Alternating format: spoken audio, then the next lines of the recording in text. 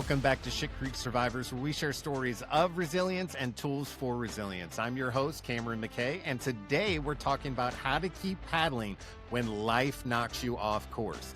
My guest, Adam W. Barney, is going to share his story of loss, growth, and the kind of resilience that only comes from walking through the fire. Let's get into it. Today's guest is Adam W. Barney, a resiliency coach, speaker, and author of Make Your Own Glass Half Full, the path to empowered optimism and autonomy. After losing his mom to ALS, Adam turned his grief into purpose, creating tools and systems to help people not just bounce back, but bounce forward. He's coached hundreds of leaders and business owners across the country, blending honesty, humor, and hope to make resilience something real and practical. Adam, welcome to Shit Creek Survivors. Thank you, Cam. I'm excited to be here as a survivor. Oh, I feel honored to have you on here. I know you got a lot of great stuff to share, but before we get going, can you kind of share with us kind of who you are and where you came from? Sure. So I'm a 43-year-old white male who lives in the Boston area with 2 young kids and 2 dogs. That's ultimately where I come from. But as Cam mentioned, when people, I'm an energy coach, and when people usually hear that, they actually think I'm going to tell them to drink more water, buy a Peloton, just manifest good vibes, right? Like, there in terms of, the resiliency required, if we could just wave a magic wand to solve for the things that we experience, the trauma that we experience, that would be incredibly powerful. Yeah. But that's not the way the world works. That's not me. Mm-hmm. Right. Awesome. And so you basically, one of the first things I noticed is that you went through a bit of trauma kind of earlier on, losing your mom. And that must have been such a hard process. And I don't really want to bring up bad stuff, but could you kind of explain that process to anyone who is not familiar with a family member or friend having ALS and kind of the care it takes to continue on? So it was an incredible experience, but it was also a heartbreaking experience, right? And it made me realize that I wasn't just up a creek and didn't have a paddle. I had a leaky boat. I had maybe a broken compass, and I had a corporate badge that meant nothing really when that experience came across my plate. And Right. truly, the journey started with loss. My mom was diagnosed with ALS. It was bulbar onset ALS. Okay. Which, just for people who maybe don't understand, ALS typically starts in the fingertips and the toes. This instead is a version that starts in swallowing and breathing. Wow. So bulbar set ALS. My mom was someone who always loved to learn, always loved to talk, communicate, have fun. Go out and get a good meal, have a good drink. That was always a part of what drove her. So when I started watching her, fade physically and lose the ability to go out to eat, lose the ability to speak, that was an incredibly difficult experience. She lost her ability to learn. Mm-hmm. She actually, Cam, she ended up being diagnosed and passing away in a very short time period for people who have ALS. It was only about a calendar year from that diagnosis to her losing her. Yeah. And but I could see her spirit was still alive, even though it was the most brutal thing that I had ever experienced up to that point. It was a beautiful thing to see that spirit didn't die. Yeah. We didn't have enough time. There are lots of fantastic eye tracking computers out there where people can use eye movement to type now. She got one. She hated it. She got rid of it. So when she lost the ability to speak, I would recommend actually anyone out there, hop on Amazon. I'm not going to push people to Amazon and Jeff Bezos's world fully. Look for what's called a boogie board. A boogie board, my kids have it. It's an incredible tool that is a erasable a few thousand times writing tablet that you could write on. So my mom had that as one of her tools in her toolbox. She could still be involved in the conversation, even though she couldn't speak. Yeah. She could write and respond to people in the room. That actually led me, though, to a place where I knew she could still type on a computer.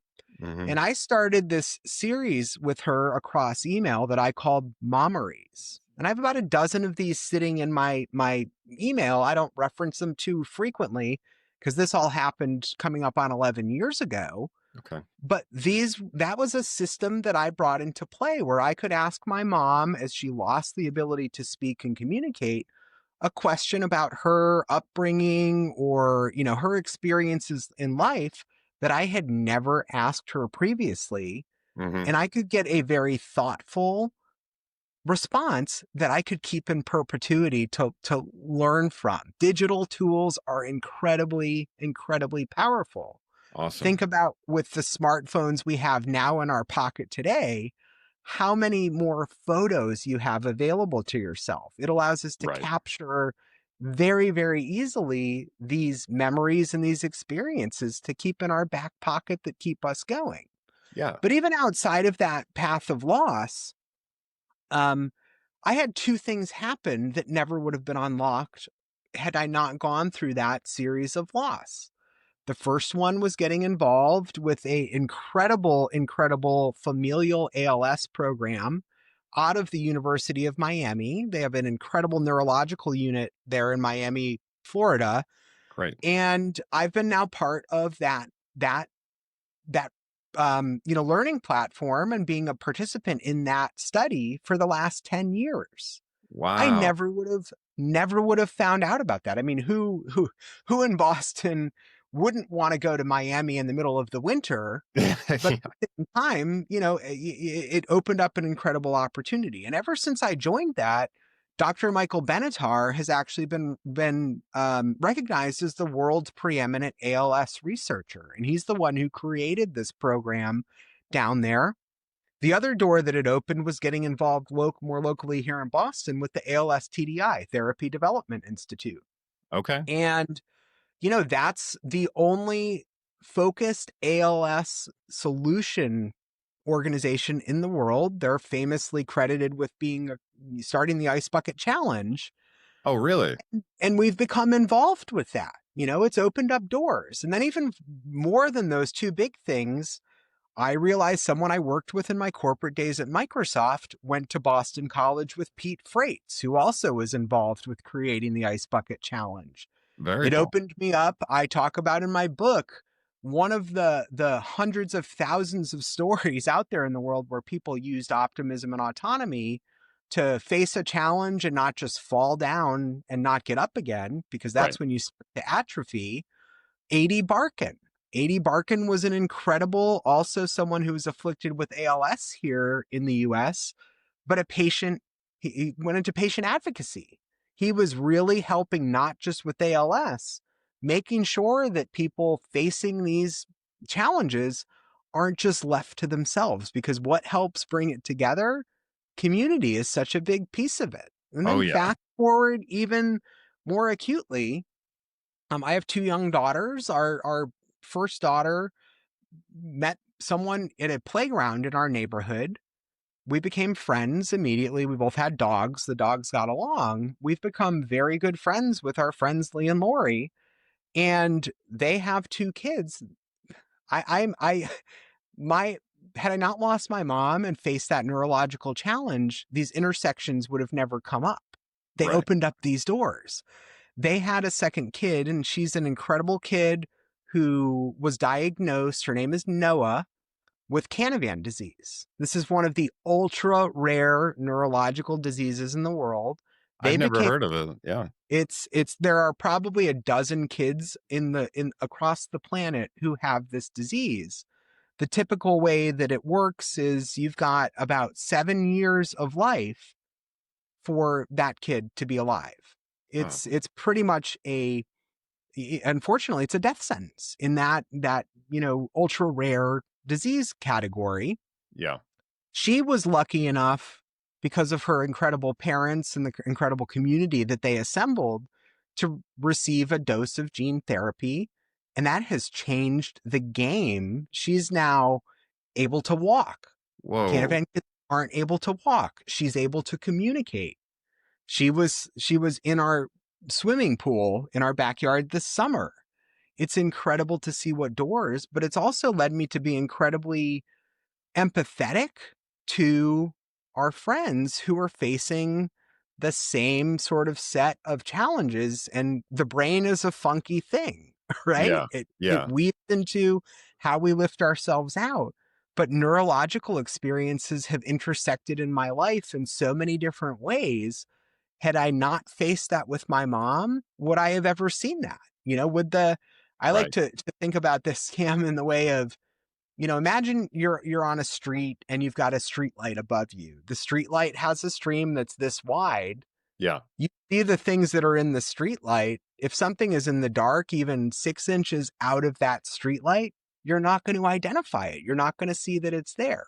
Right. So I just, not to talk too much about that experience, but had I never gone through that with my mom, it never would have led to those doors. But it also influenced where I am today. Right. It actually became an experience that I would say is a master class that I went through in terms of energy and the real energy. Hmm. I didn't know it then, but it was the early sparks of what I'm calling now an energy OS system, which is an operating system I now use to help leaders, founders, and entrepreneurs stay energized, make progress, and thrive with optimism, Wow. even when life punches us straight in the gut. Yeah. Yeah, which happens to all of us. And sometimes we think we're unique when it happens, but it turns out we're all going Nope. through one, and we go through multiple through our lives. And sometimes we're able to handle them better than others, depending on Right. where we're at in our life and all that kind of stuff. Right. Something that you mentioned, and I felt it a little bit in my coma. My body wouldn't work. I'm sedated, but I could still hear people. But to people in the room, I'm out. They're telling everybody I'm out. I can't hear anything. He won't remember any of this.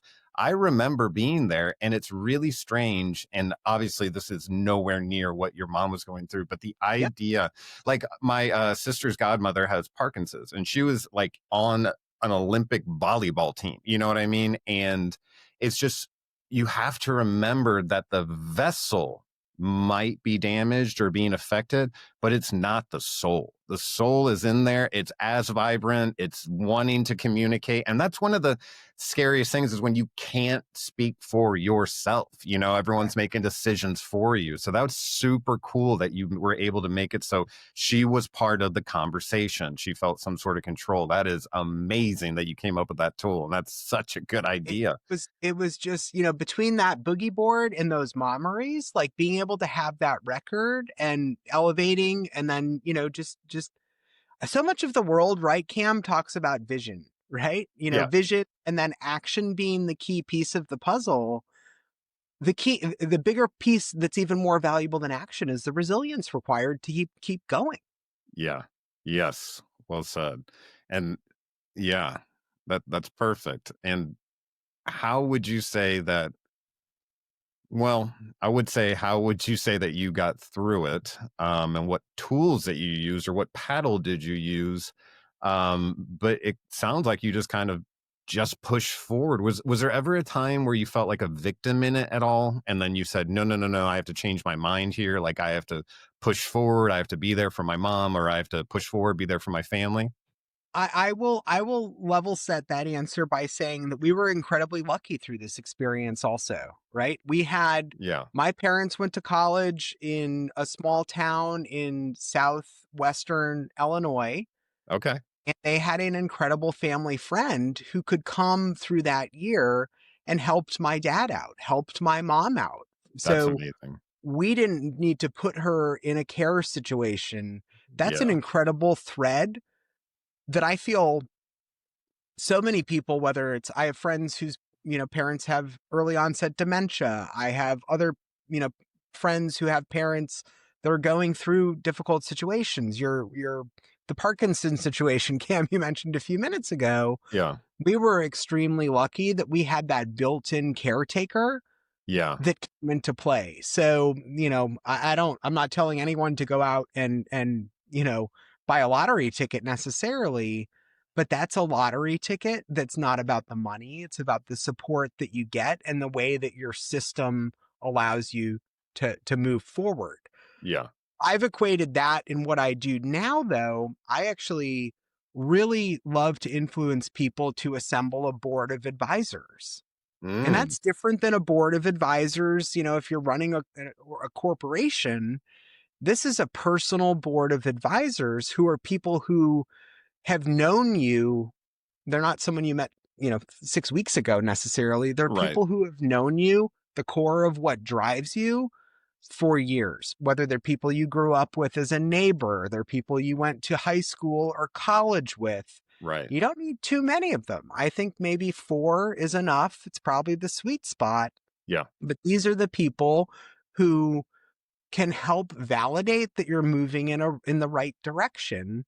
Yeah. And, you also, it's about that accountability piece of it, right? Yeah. You owe Yeah. them an update on a frequent basis. As Mhm. males in the world, I don't think we get enough credit or have enough influence to actually communicate. It opens up the doors to communicate and find that support in the world when you need it. But it Yep. also, I recommend actually pairing it with, for those board of advisors that you have, it shouldn't be the heaviest lift in the world, but write an annual report for them every year that talks about what you achieved towards your goals this year and then where you're looking to go in the future. And it's not just about a business career. It's about that Right. holistic nature of where you're going to make sure that you're marching in the same direction. One tool that I've found incredibly valuable in my own journey is called Ikigai. And Ikigai. Cam, I'm not sure if you've had other guests talk about this, No. but it equates to the Japanese reason, the Japanese way of explaining the reason for being. And it Okay. ties together 4 components: what you're good at, what you love, what the world needs, and what you can get paid for. And it's Ah, such an interesting exercise to sit in the center of what's deeply inside of each of ourselves. wow. And when we march on that path to what's deeply seated in the middle of us, and I'm someone who, I'm not religious necessarily, but I believe in the spiritual nature of how that operates. Okay. When you sit in the center of yourself, that is the roadmap. When you keep marching, you Mhm. can find that path to elevation. You can find that path to success. And then more acutely in my Scale Smarter Energy OS system, I like to bring in a complementary tool called an Odyssey plan. Okay, And what's Cam, that? I think, based on your own journey, this is kind of interesting as well. It looks 5 to 10 years in the future, Okay. but it lays things out in 3 paths. The first path to consider is the path that you're on. You just keep trudging ahead on that one and you Okay. don't change. The second path is the first path just gets obliterated. What's the alternative? Okay. And then the third is the playful one, the no limitations, no constraints. If you don't have financial obligation, you don't have family obligation, you don't have, any other obligations, Okay. that's where you would be going. Very And cool. when you work with the Ikigai, the center of what drives you, and then that forward vision, typically I see it doesn't equate into either being path A, B, or C. Mhm. It turns into some amalgamation of the 3, Yeah. and it gives a roadmap for the smaller steps that are required to get there. Yeah. I love to think in the framework, no matter where we're going in life, imagine each of us should imagine that we're Michelangelo, the famous Italian sculptor, Okay. and you just in life have a 2-ton block of marble dropped in front of you. Mhm. Imagine how many thousands, hundreds of thousands of chisel marks that takes to build that simple block of marble Yeah. into a beautiful statue. And if you can build that roadmap, the smaller steps that get you there, that can elevate you. And Yeah. I don't want to layer on another tool here. One of the simplest tools that I've actually seen to keep people resilient in their own head, go to a convenience store, buy a tiny little pocket-sized 99-cent notebook, write small wins on the front of it, and keep that in your back pocket. And then every time you do something or you succeed, jot that down in that notebook. We've got notes apps on our phones. You can do the same thing. Right. But whenever you have a small win, we all have small wins, write it down. so that you can refer back to it when you start to feel that allure of darkness or that allure of negativity coming into Yeah. play. Human nature, the way the human psyche works, we love to emphasize the negative, the Hmm. challenges facing consistently. If we can remind ourselves that we're actually succeeding and chipping away in small areas, Hmm. that's that boulder that starts to roll down the hill. That's Or if such a you good could point. or if you could roll a boulder up a hill, that's actually a better way to view it. Yeah. Man, that's really, really well said. Because I think a lot of times when I've set goals, at least in the past, I make them too big. And it Yeah, kind of paralyzes me before I can even get it. So you're saying like, and what I had to do is break it down into small steps. And it literally right. started with me like learning how to walk again. The first day we are just walking to the street. The second day Yep, we're walking to the neighbor's driveway. The third day we're walking to the next driveway, and it was a progressive thing. right. And sometimes it can, you know, I don't know about you, but when I set goals and then I'm really excited to the whole thing, and then the first step doesn't seem big enough, I tend to, I don't know, combine three into one and be like, okay, that's the magic number. I'm gonna keep it going. But you're right, it just takes Yep. little bits, little chisels, and you don't need anyone else's permission. We It wait, it we helps wait it for it someone. helps it helps to have a cheerleader. It helps to have a battery pack in your back pocket that keeps you going and recharges you when you need. I mean, Yeah. no matter where any of us are coming from, and I love to meet my coaching clients where they are. It's not about Hmm. where I am. That's another difference of the way that our conversations are architected. Um, it's about knowing that we can do it alone, but when you have that person who can keep you accountable and moving forward, whether it's the board of advisors, whether it's a coach like myself, and I talk about energy a lot, right? Yeah. I mentioned that earlier. People usually think I'm going to tell them to put solar panels on their house or drink more water or hop on the Peloton 5 days a week and hit the gym, Yeah. right? That's not what it's about. It's about the fact that I help push people towards that resilience, Yeah. right? And help march ahead and not get distracted, lean too far to the left or the right, stay marching ahead. The other piece of it that I think is really important, Cam, is this concept of grace. Mm. And I like to think about grace. It originates from a religious perspective. I actually like to untether it from the religious world because I Hmm. think it's something the world needs more of today. We see the increase nature through digital devices, social media, of instant gratification. It's the dopamine hit after dopamine hit after dopamine hit. Yeah. If we give ourselves more space and silence and give ourselves more grace, give the people around us more grace and the wider world more grace, it just helps everybody. It helps lift all of the oceans around us. I mean, how Yeah. many times have I seen, especially since COVID, a challenge we all went through on a global footprint a few years ago? How often do you see people being so much more aggravated, driving a car, Yeah. for Yeah. instance? People are so short these days, and I Hmm. think grace is grace is the thing that helps us elevate. And it's Yeah. not about, again, the religious context of it. It's about the applicability that comes by giving ourselves more grace to start, and then it envelops and ripples outward to the people around us in the wider world. I agree. I don't know if you've ever tried to do it, but go out into the world and give other people grace, but you're not Yep. giving it to yourself. You're almost creating this like inner turmoil, like I'm Right. giving grace to other people.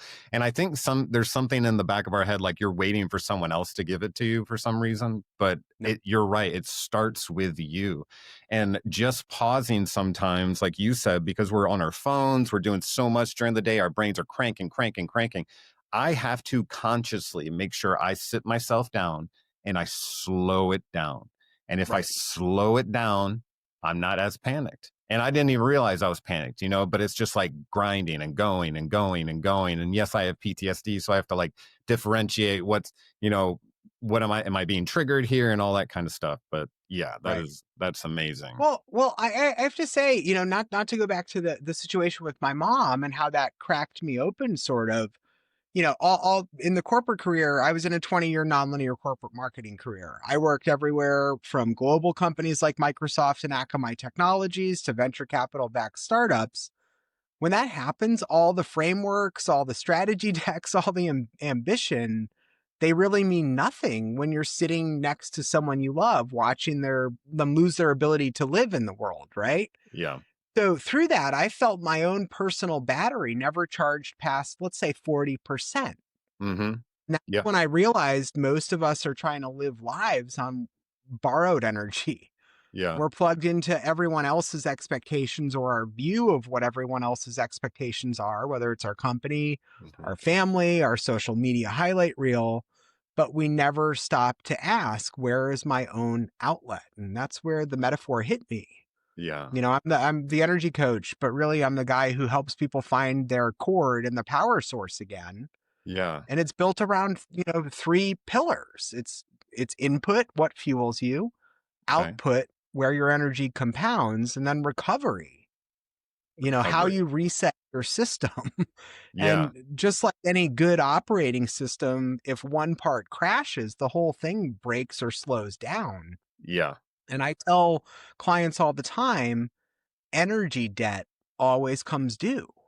When you Yeah. can skip, or rather, when you skip rest, skip reflection, and skip your joy, the bill will show up eventually, and it could be in the form of resentment, it could be in the form of exhaustion, or total collapse of purpose. Yeah. And that's not a system you can out hustle.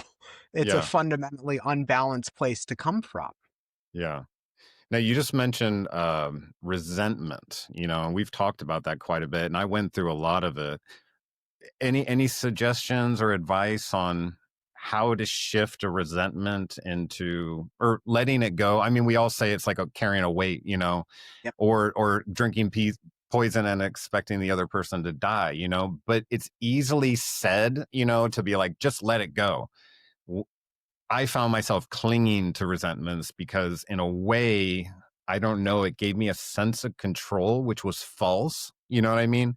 If Mm. I'm feeling bad, I'm gonna get Yep. angry at this one person because I feel like they're the one person I can get angry at, and I'll kind of Right. yell at them or whatever in my head. But when I'm doing that, I'm sacrificing my own, I don't know, mentality, if you will. I'm kind of giving it Yep. over. I'm leaning into the dark side. Like I'm actually going into it. Think I can control it. Even when I work out, I've talked about so many times. If I want to listen to music that's kind of like aggressive and energizing, like and I've done a lot of analyzing on it because it's like Yeah. every time it happens, I come out and I'm not feeling great. You know what I mean? Right. It rolls over into the rest of my day. I've tried to fight it. I'm that stubborn guy, and I've just had to Yeah. submit that although it's small, it matters, Right. and I need to make sure that I am putting myself in the best situations. And that's not always easy to do because you want to do stuff. Right. But with trial and error, you start figuring out, okay, if I go around driving like an a-hole, honking at everybody, riding everyone's butt, it's not Right. me taking control of my day. It's actually me getting so worked up that Yep. wherever I show up, it's going to be there, you know? Right. Um, Well, and that's actually that's where make your own glass half full comes from, right? It's not about self-help gimmicks. It's a survival guide rather, that leverages optimism. And I've actually been asked many times after it was published last year, how did you write a book about optimism after everything that I've been through? right. And I honestly say optimism isn't about being happy, it's about being ready, right? It's not a Indeed. mood, it's a muscle. And it's the way that I learned to learn, because you can't control, let's say, the storm, Yep. but you can build your own umbrella factory, I right? love, yeah. Yeah. Um, and I like to talk. It's also not about toxic optimism. We can go too far down that side. It's about empowered optimism, That, optimism that's rooted in autonomy, not not uh, not optimistic delusion. Right. Because you see a lot of that nowadays. It's like a guy yelling at you online saying, "You're not enough. You need to be doing this. You should be making this money. You should be doing that." That's not coaching. That's me feeling ashamed. You know what I mean? And trying to kick me in the butt. But that's not going to last long. That's not true motivation. It's like the idea of I need to get something done now and I'm willing to do something extreme, but I doubt that it's something that would be healthy to continue your life Right. with. Yeah. Well, I think it's called make your own glass half full because one of the most ubiquitous ways people in this world are described is either as a glass half full or a Hmm. glass half empty mentality. Right. But the thing that the glass half full crowd often forgets is the most important part. And even the glass half empty, you're the one holding the glass. You can refill it. You can pick up the pitcher. Yeah. You can even change what's in that glass, I would argue. And when Yeah. you take back that ownership, that autonomy, that's when the key turns into transformation.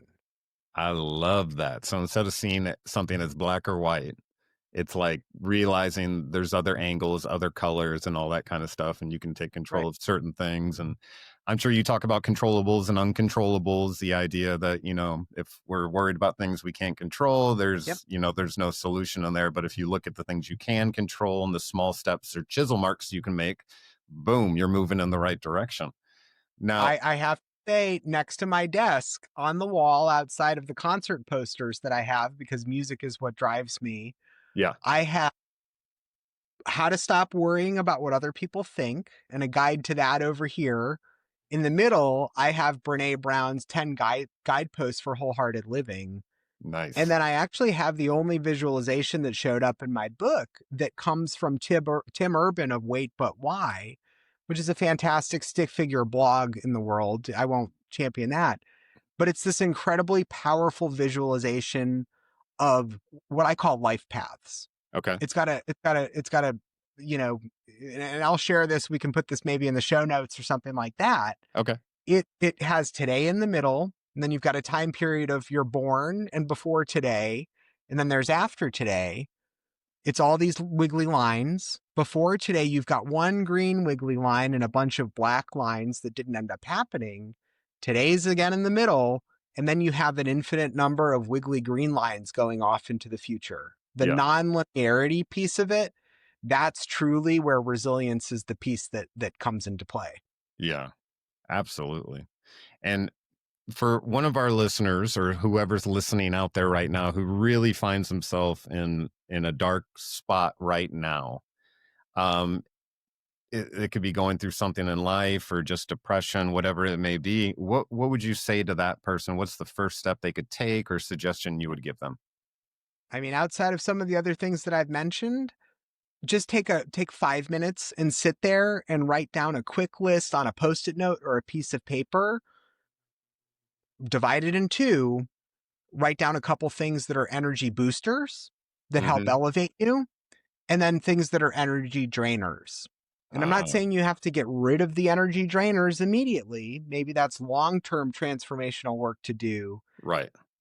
Take a couple of those energy boosters and do them. Is it hydration, right? Is it getting a giant glass of water and drinking it? Is it taking a walk? Right. Getting 5 minutes of fresh air? Is it putting on the a song that pumps you up? Right. Is it doing something kind for someone else, a place of gratitude? Yeah. Those are super simple, achievable ways to help lift out of that encompassed darkness that is Yeah. so alluring and really drag us down. Yeah. Yeah. And So- also, I mean, one thing, today's a rainy day here in Boston.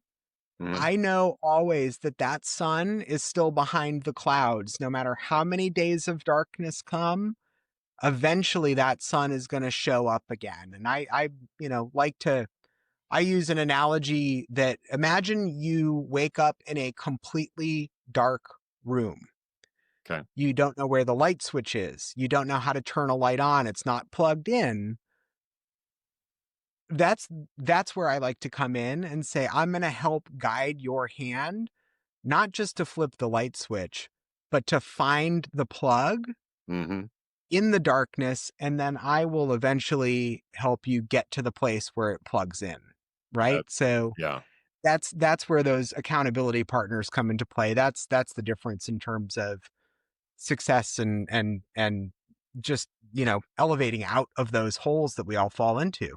Yeah, I like that. You're not stepping in to fix it for them. You're Right. stepping in to kind of guide the way, and that I think that's really important. That's really well said because a lot of times I think we don't want help because we don't want to hand it all over.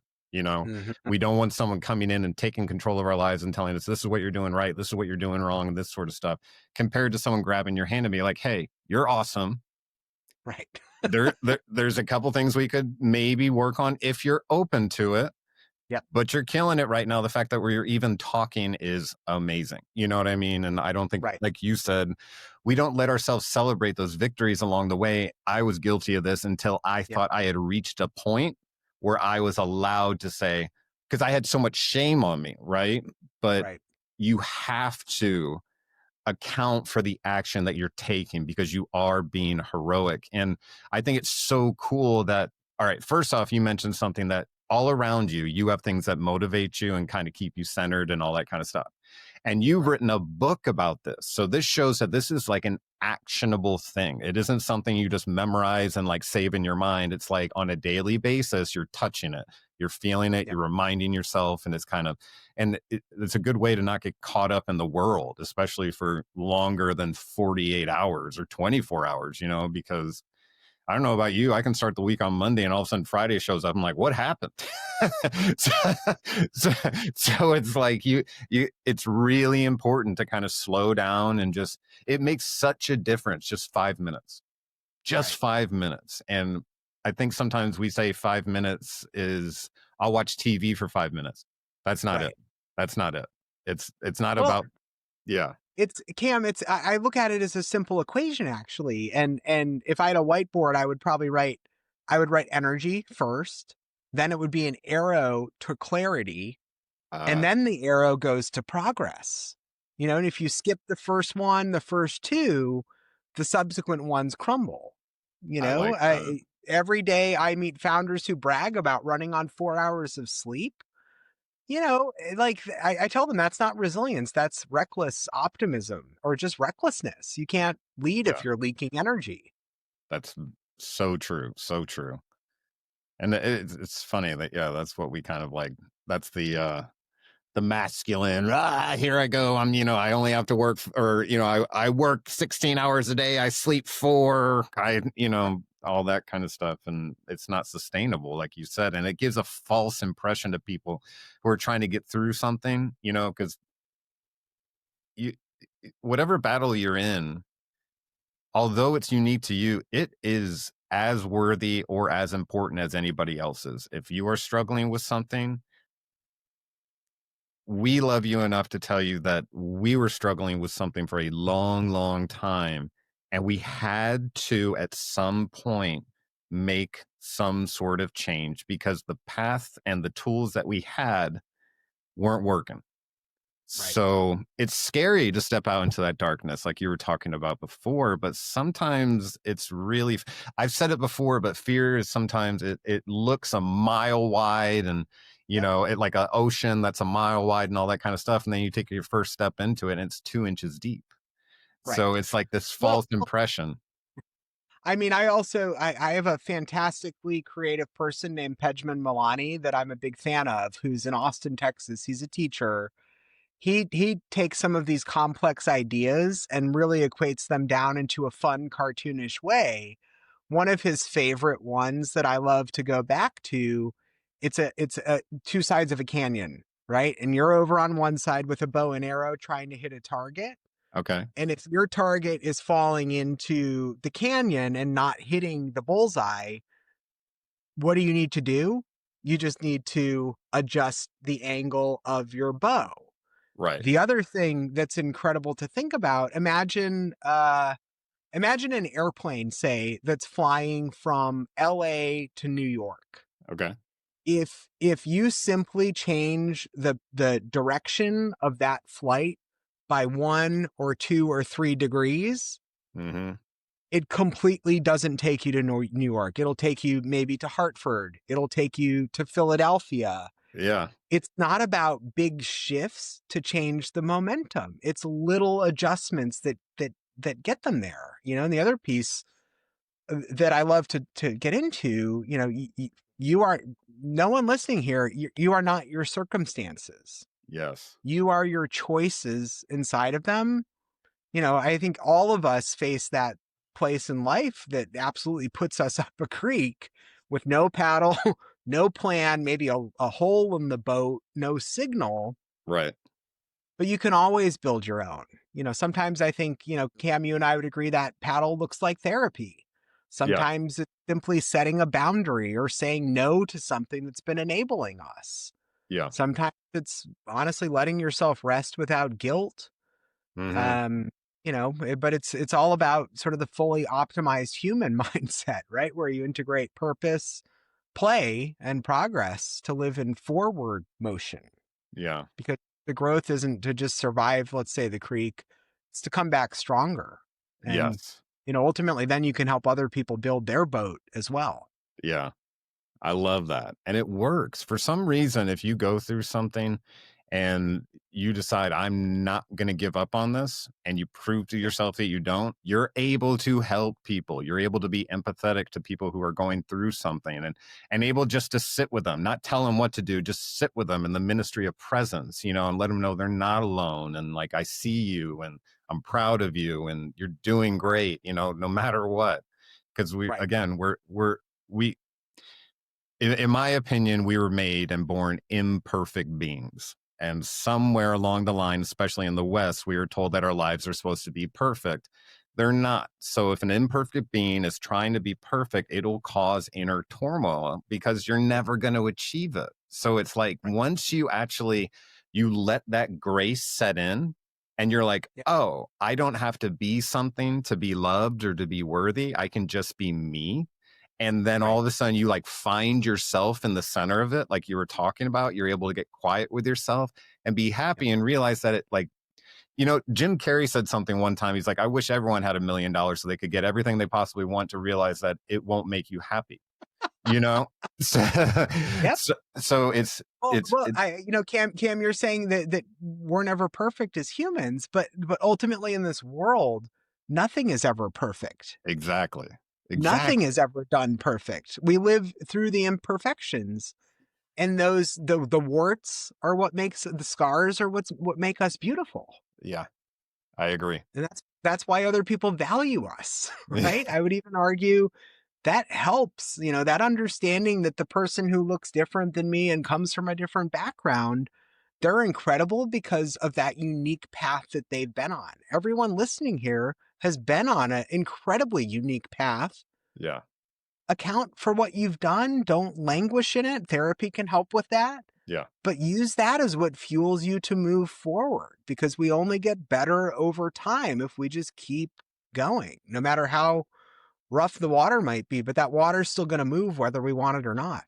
Right. Yeah. The race definitely isn't one in a day. It's a consistent, like, I love the marble analogy. That's so great. The chipping that it took to, carve out, what is it, Michelangelo? No. Michelangelo. Yep. Yeah. So yeah, that's such a good point. And the idea that beyond that is the idea that someone could see the sculpture before even the first chip, but knows that it starts here, know that it goes Right. here. No one else Yep. can see it.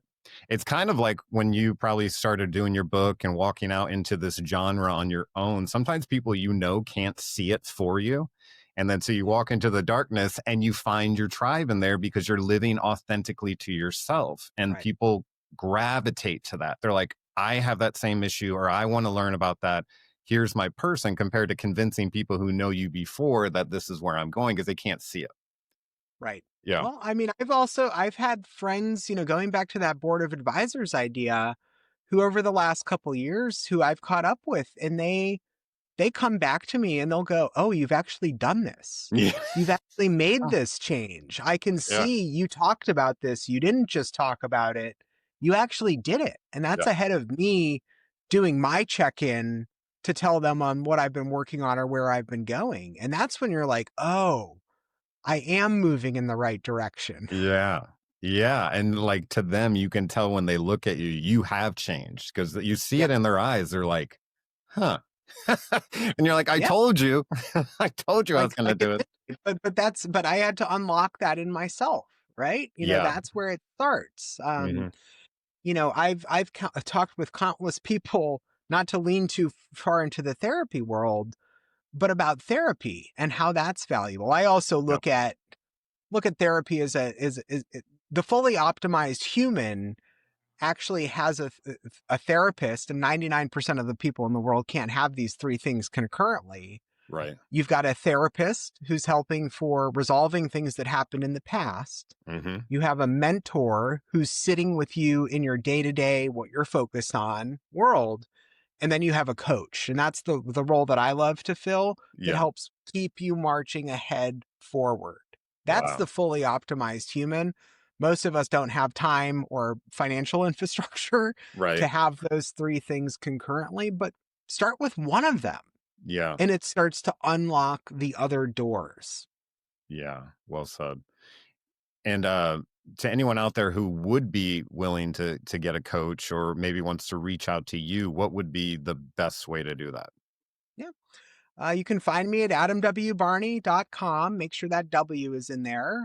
That's key to my difference in the world. Or you can grab the book at makeyourown glasshalffull.com, or head to any of the major platforms out there. I also host my own podcast that I launched this year. Talk about something that people have been telling me to do for 15 years and I never actually did. Yeah. That's called Is Anything Real in Paid Advertising? It goes back to my corporate career, but it's not based on just talking about advertising. It's about just telling fun stories about how this world keeps evolving. So we Cool. got some incredible people that have come through those doors. And if you want to start rebuilding your energy today, I've got a free energy boost blueprint, because this isn't about self-help, it's about safe self-sustainability, Cam. Yeah, absolutely.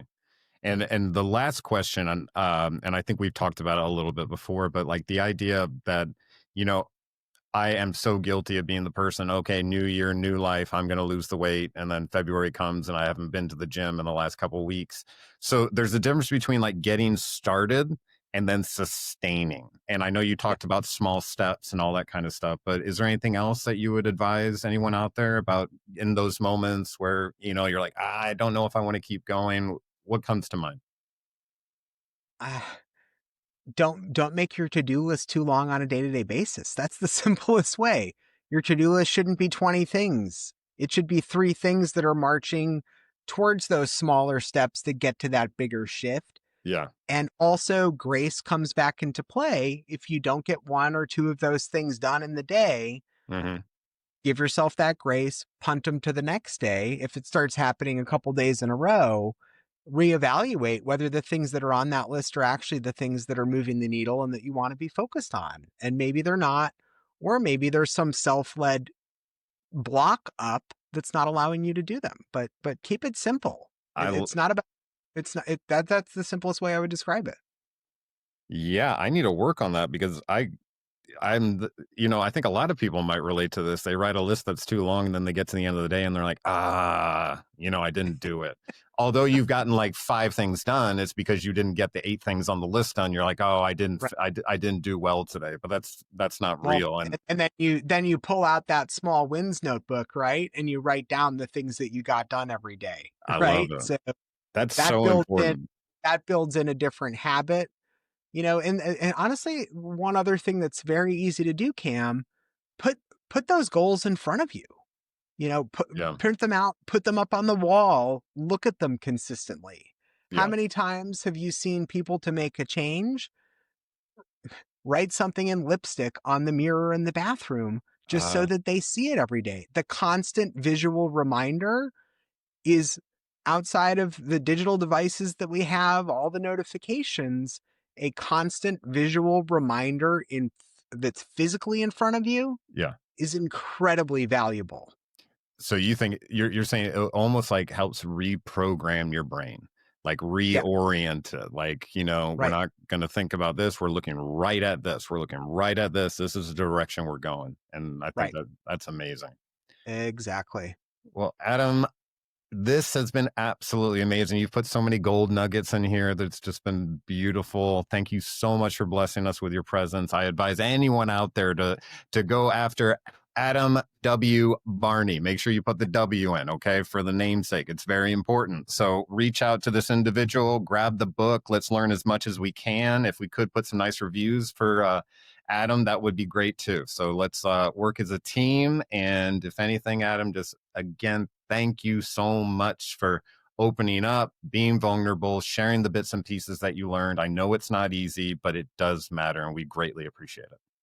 It's a little bit fun also, Cam. Yeah. So that's the other part. When we start to flex those muscles, things get easier over time. Yeah. Keep Yeah. paddling, right? Yeah. Got to keep paddling. And then when you get out, maybe turn back and see if there's anyone else who's struggling. And I don't know, just by pulling that next person out, it really gives purpose to what you went through, for me at least. Once you know how to paddle, you can navigate to the side of the creek and pick different people up, right? And bring them in your boat with you. Exactly. And they might need different tools. So, everyone's in different situations. And I just think that we're stronger together, and we're growing. And for anyone out there thinking it, you are not alone. You are not unique in your misery. There are other people going through it, and you are going to make a change and break through thanks to Adam. All right, buddy. Awesome. Thank you so much. Thank you, Cam. Thanks for tuning in to Shit Creek Survivors. If this episode gave you hope or made you think, do me a favor. Hit that subscribe button, share it with a friend who needs a little light, and leave us a quick review so more people can find the show. I'm your host, Cameron McKay, and until next time, keep paddling, y'all.